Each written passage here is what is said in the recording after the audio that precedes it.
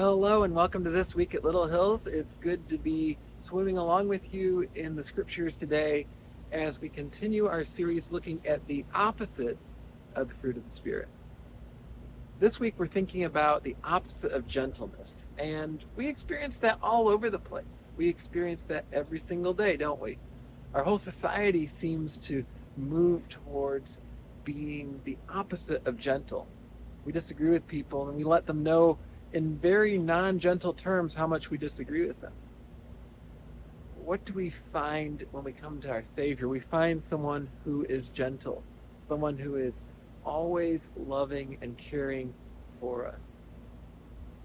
He sees us in the water and he rescues us. He sees us facing storms like the storms we faced this week and he rescues us.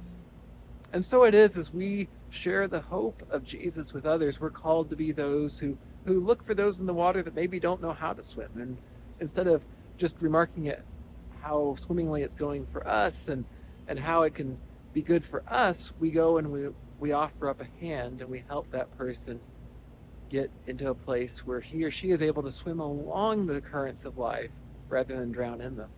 That's what we find in 1 Peter chapter 3, verse 15. Peter says that we should always be ready to give an answer for our faith. But notice the thing that he says. He says that we should do it with gentleness and respect. Why do we do that? Because we are to call out the same sort of rescue in us and in the church for others that Jesus has done for us. We are supposed to be those who rescue, because we are rescued. I like one time I heard someone say that we are rescued rescuers, and that's exactly what we are. So we show gentleness and we show respect. That's what we see in the fruit of the Spirit, not necessarily in the world. May we exhibit that fruit of the Spirit each and every day.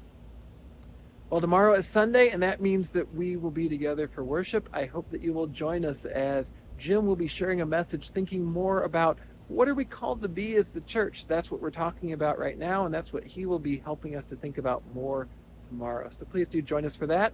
And then also, of course, Monday night, join us for Steadfast as we continue to think about the different gifts that God has placed in his body. Thank you for joining me tonight, and I will look forward to seeing you again very soon.